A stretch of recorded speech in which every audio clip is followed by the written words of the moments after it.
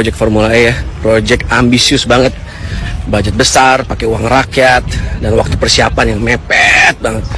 Gue gak yakin nih bisa kejadian pembangunan sirkuit ini, dan kalau kejadian pasti dipaksakan. Ya kalau dipaksain mudah-mudahan nggak malu-maluin nama baik Indonesia lah di mata internasional.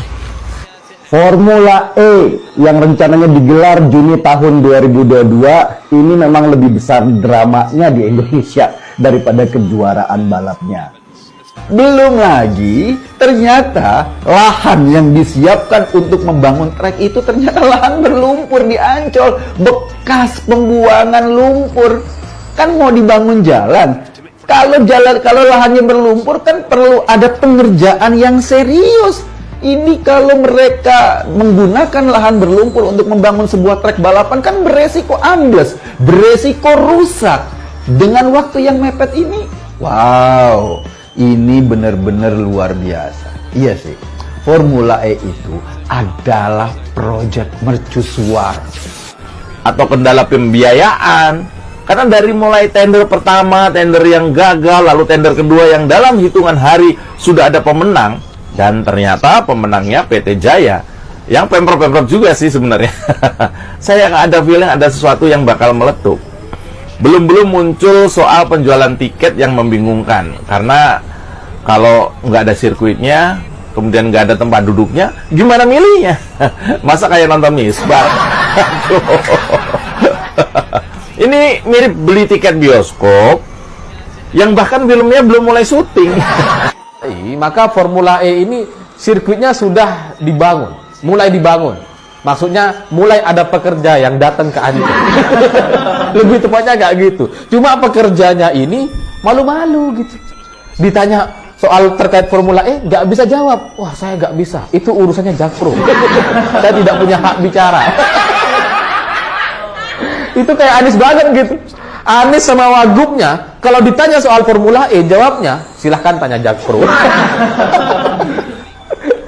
Ya, jumpa lagi dengan saya, Yusuf Muhammad. Akhirnya, apa yang saya prediksi sejak awal mengenai proyek Formula E, mulai sedikit menunjukkan jawabannya.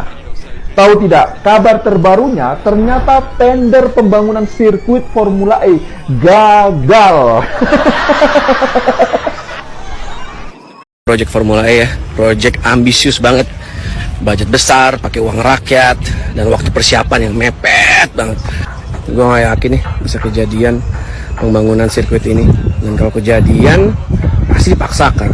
Ya kalau dipaksain mudah-mudahan nggak malu-maluin nama baik Indonesia lah di mata internasional. Formula E yang rencananya digelar Juni tahun 2022 ini memang lebih besar dramanya di Indonesia daripada kejuaraan balapnya. Belum lagi, ternyata lahan yang disiapkan untuk membangun trek itu ternyata lahan berlumpur di Ancol, bekas pembuangan lumpur. Kan mau dibangun jalan. Kalau lahannya berlumpur kan perlu ada pengerjaan yang serius. Ini kalau mereka menggunakan lahan berlumpur untuk membangun sebuah trek balapan kan beresiko ambles, beresiko rusak. Dengan waktu yang mepet ini, wow, ini benar-benar luar biasa. Iya sih, Formula E itu adalah proyek mercusuar atau kendala pembiayaan. Karena dari mulai tender pertama, tender yang gagal, lalu tender kedua yang dalam hitungan hari sudah ada pemenang. Dan ternyata pemenangnya PT Jaya. Yang Pemprov juga sih sebenarnya.